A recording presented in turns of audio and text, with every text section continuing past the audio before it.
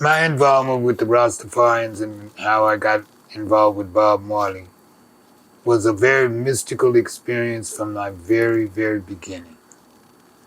I had always, I was always well known in my community, and there was a Alvin Brown, or they called him Kojo, who was a Rastafarian. There were Rastafarians in New York and on the East Coast, but there were none in the western part of the United States until Alvin Brown came. This Rastafarian, Alvin Brown, Kojo as he was called, was dressed all in white. He walked around bare feet. And he hitchhiked his way kind of across the United States. And he came whatever town he would go to, he would find the weed man, because Rasta smoked a lot of weed. So he finally got to Los Angeles, and he got to one of the weed men in Watts. So he asked him, he asked the weed man, this Kojo, he said, can you introduce me to a black brother?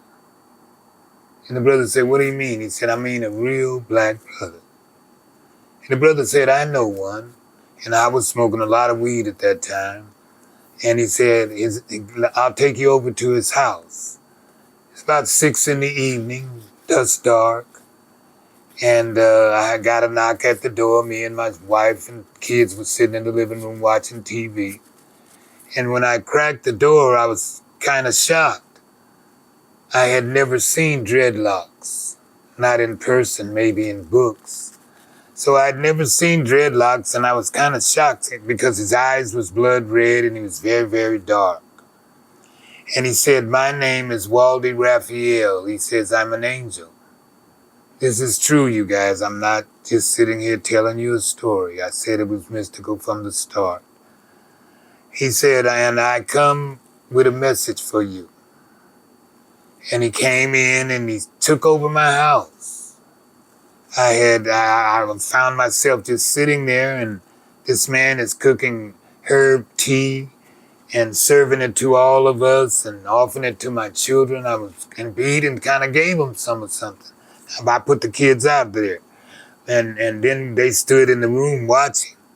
But anyway, that he introduced me that night to Rastafari and their philosophy, and we met, and I introduced him to the community, the avant-garde community, the African American Afrocentric community. I began to introduce him to them. He stayed with me for a couple of months. I can't remember just how long. And he met everybody in the community. People loved him. And he finally went back to Jamaica. But he had dropped the seed of Rastafari and the Rastafarians first in the western part in the United States, and particularly starting in Watts and spreading from there. Then he went back to Jamaica, and I started getting telephone calls from elders in Jamaica asking me to come to Jamaica to a place called Waterhouse. And so I didn't know anything about this, and they called me several times. I actually wasn't paying a lot of attention to it because I'd never been out of the country anywhere or anything like that. And so I happened to be at City College in Washington, D.C., I believe. And I happened to meet C.L.R. James, one of the fathers of Pan-Africanism. And Pan-Africanists from Trinidad or Tobago, I can't remember just where. And I happened to meet him. And during our conversation, I asked him, had he ever heard of the Rastafarians? And he said, oh, yes. I said, well, they've been calling me and inviting me to Jamaica. He said, they're good brothers. Go and visit them. So I said, thank you. And, we had dinner and this and that. And so then after that, I decided to go to Jamaica. And I had never been out of the country, and I didn't take anybody with me. I went alone. And when I got to the airport where I was supposed to meet Kojo, and I landed in Kingston, in Montego Bay, And so when I got there, Kojo is not there. There's nobody. I don't know nobody. This is another type of country. I don't know. I've got lost in the airport. So finally I got to this big lot of taxis. And I stood there and I said, man, where am I going to go? I guess I'll have to get a hotel or something. But I went up to one of the taxi drivers and I said, hey, man, I said, do you know where any Rastafarians are around here? And he bust out laughing. He said, they're everywhere, man. So I sat there, I said, oh my God. So I said, well, man, could you take me where some are at? And he laughed. He said, come on, get in the car. Now I know I'm fixing to go on a long, long ride. So we get in this car, and this is when I had a vision. And we were riding along in about 10 people in a car, not 10 people, but a bunch of people stacked up in a little car, little Volkswagen-like car, 4 or 5 of us in there. And as I was riding across this field, I kind of like blacked out. And that's, Jamaica does have a mystic vibration. Believe me, it does. And I kind of blacked out and I saw this white man on a horse, and he had a whip. And then I woke up, I came out of it, and I was in front of a little store. I had been taken to a long ways, way up high. So it was getting dark by the time we got there. It was getting, dusk dark. I got a great big suitcase. Everybody's laughing at me, the little kids and stuff, because I'm dragging it. And so standing in front of this store, I'm just standing there. I don't know where I'm going, what I'm doing, where I'm at, or anything. But there are 3 paths. There's where I could go left down that path. I could go right down that path. Or I could go straight ahead down the path looking in front of me. The little store was closing. So I had to go somewhere. So what I did, the path in front of me, there was like about a half a block away, a light on a corner. And some people were standing around this light.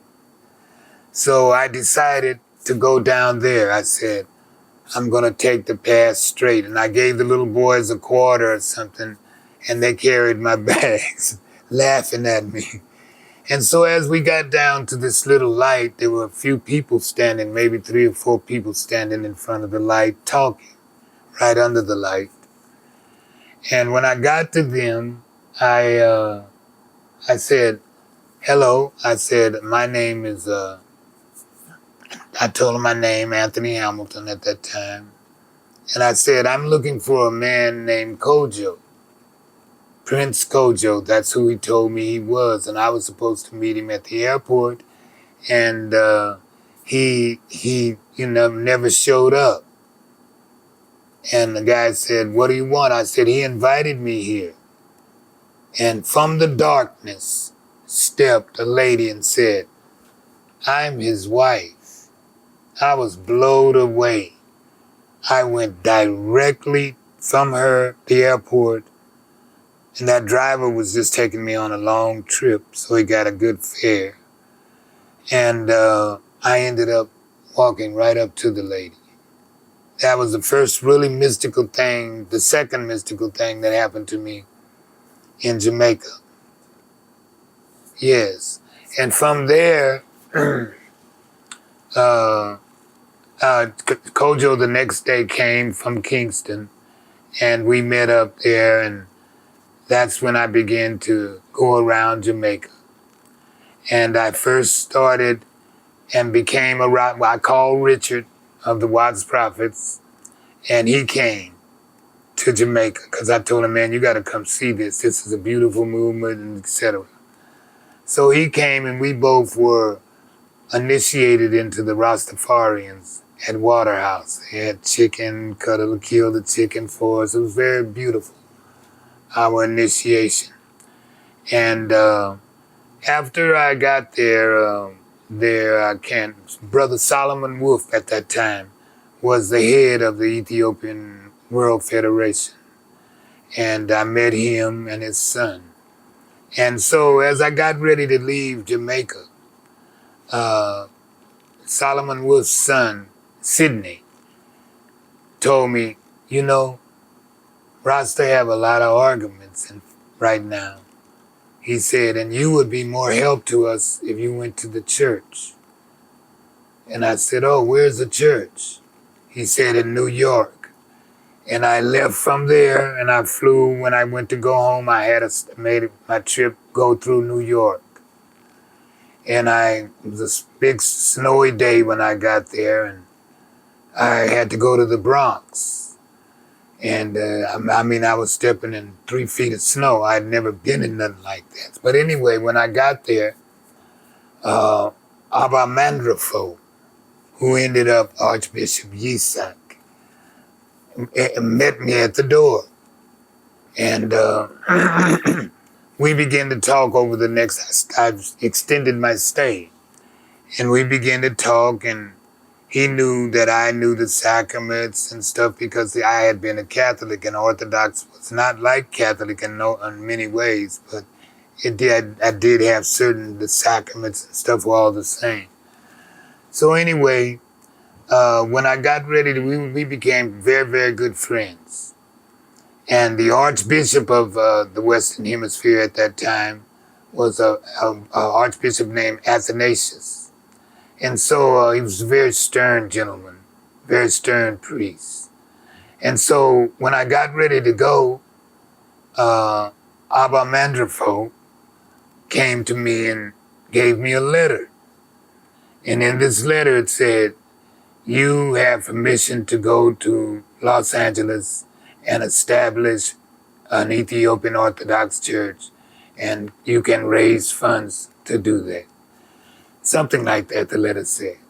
So anyway, as I get ready to leave to go catch the plane, they take me to the Archbishop, Athanasius. So he's greeting me and telling me, praying for me to have a good flight. And then I tell him, well, thank you so much, Your Eminence, for the letter. He said, what letter? I said, the letter that you gave me for the church. He said, let me see that letter.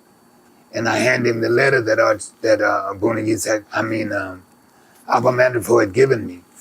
And he said, Abba Mandrafo, come here.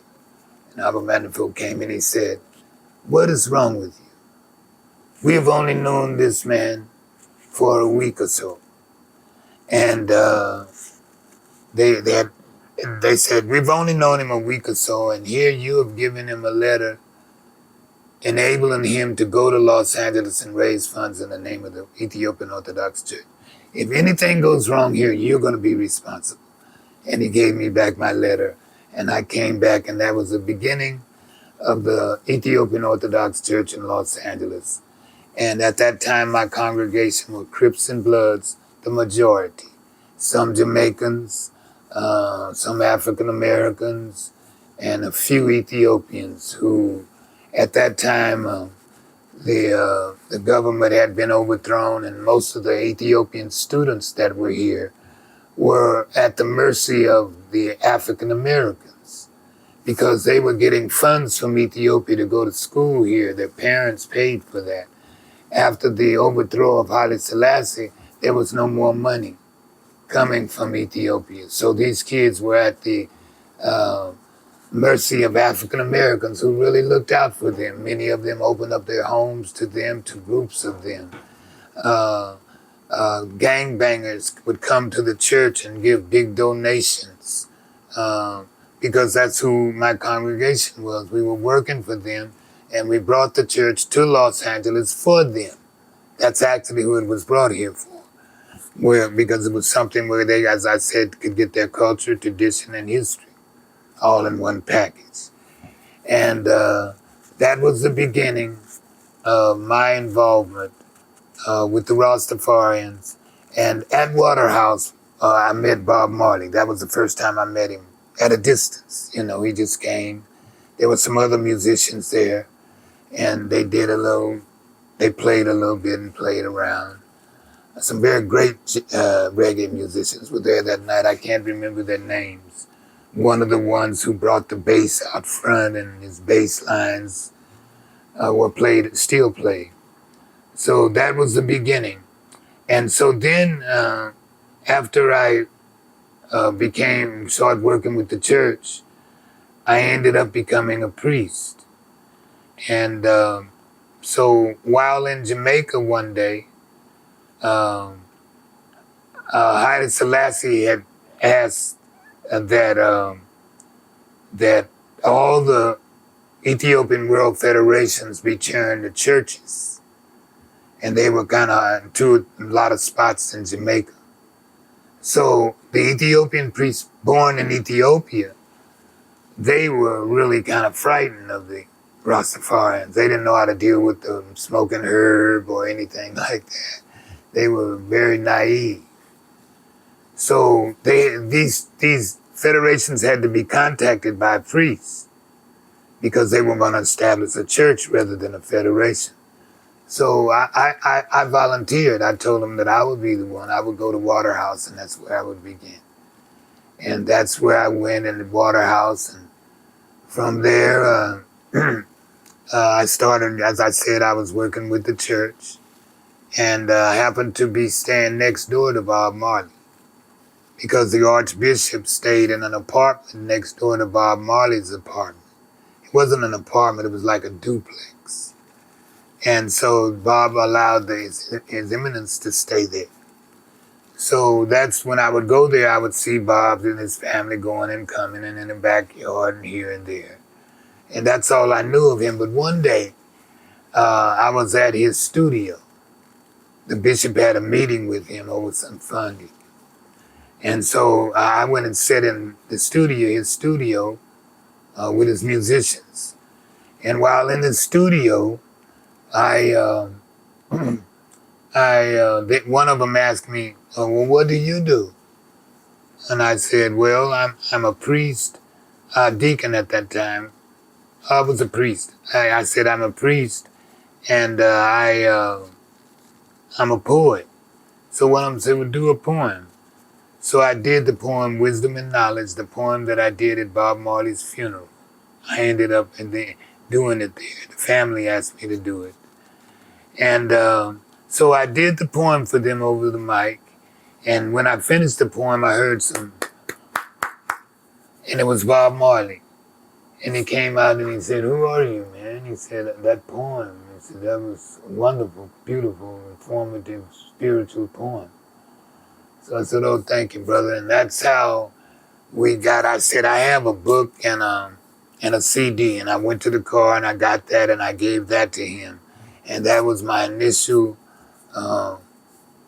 time of really getting to talk to Bob Marley, to get to know Bob Marley in a different way, to get to know him as an artist.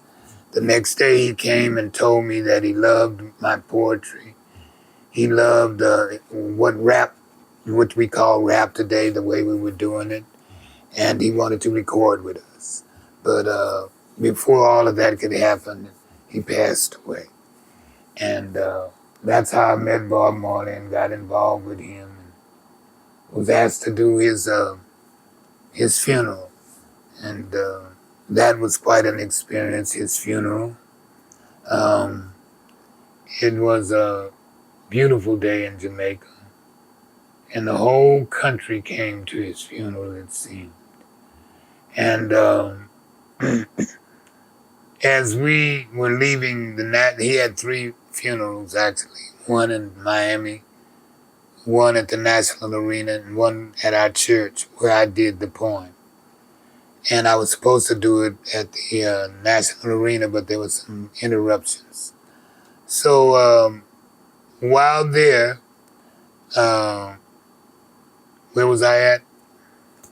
You're talking about Bob Marley, his funeral. Oh, yes. So this is one thing that kind of got me at his funeral. Um, while we were doing the funeral, after the funeral, this was at the National Arena. After the funeral, there was hundreds of people coming out of the arena. And they began to smash, the crowd began to smash the priest's procession coming out of the arena. So the Archbishop, being a wise man, he took us over by the military, and the people weren't going to crush them. They moved away. But it delayed us from getting to the front where the body was placed in a truck, which was the hearse. And when we got out finally from this congestion, when we finally get out front, the hearse is gone. The family, the whole possession has gone. And we're supposed to be in the lead of the procession, right behind the coffin. So we're just standing there. The bishop is trying to, oh my God, what are we going to do? And suddenly, motorcycle police rode back after about 10 minutes. He came running back. He said, everybody relax. The hearse has had a flat. Now, I don't think people know about this. It said the first hearse has had a flat. And the Archbishop flagged that motorcycle police down and told him who we were and that we needed to get to the front. And that was quite an adventure of him taking us through the crowd, through these cars, past all these possession of hundreds and thousands of people. And he took us back, and we were able to get back in place at the funeral. But we rode for 4 or 5 hours, and I'd never seen anything like this. We were wading through people. I mean, the cars would have to go slow so they wouldn't hurt anyone, because it was just people just touching the car, touching his casket. It was just everywhere, and it was just music everywhere, and all of the big commercial buildings. You could see everybody was at the windows looking out. And as you went across the countryside, and we had to go up, we were going up in a circle, like, until we got up to where Bob was born and was going to be buried. And when we got there, there was like a mountain to the left of his coffin. And that mountain looked like a sea of people. It didn't look like a mountain. All you saw is these stacks of people. And that was my last adventure with Bob Marley and Jamaica. But Jamaica, like I said, was a mystical vibration for me, because I was actually ordained there in a little bamboo church. Very beautiful ordination. So Jamaica has meant a lot to me.